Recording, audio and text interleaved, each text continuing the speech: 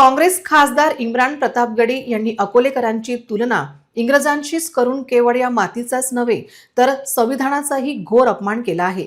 याबद्दल त्यांनी अकोलेकरांची जाहीर माफी मागावी अशी मागणी भाजप नेते तथा निवडणूक प्रमुख विजय अग्रवाल यांनी प्रसिद्धी पत्रकाद्वारे केली आहे। राजराजेश्वर नगरी म्हणून ओळख असलेल्या अकोल्याच्या अस्मितेवर बाहेरून येऊन घाला घालणाऱ्या प्रतापगडीला अकोलेकर मतदानातून त्यांची जागा दाखवून देतील असे विजय अग्रवाल म्हणाले। विजय अग्रवाल यांनी आपल्या निवेदनातून विरोधकांवर जोरदार प्रहार केला।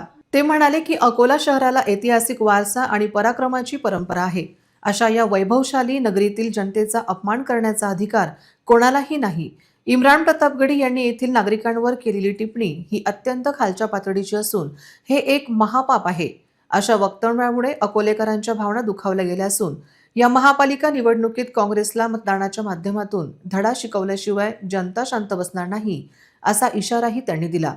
महानगरपालिकेच्या मालमत्ता करासंदर्भात बोलताना अग्रवाल यांनी स्पष्ट केले की या प्रकरणावर सर्वोच्च न्यायालयाने निकाल दिलेला आहे।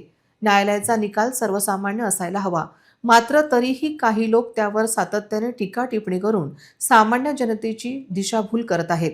शहरात वैचारिक अराजकता माजवण्याचा हा प्रयत्न असून अकोल्यात बाहेरून येऊन कोणीही शहाणपणा शिकवण्याचे काम करू नये अशा शब्दात त्यांनी सुनावले।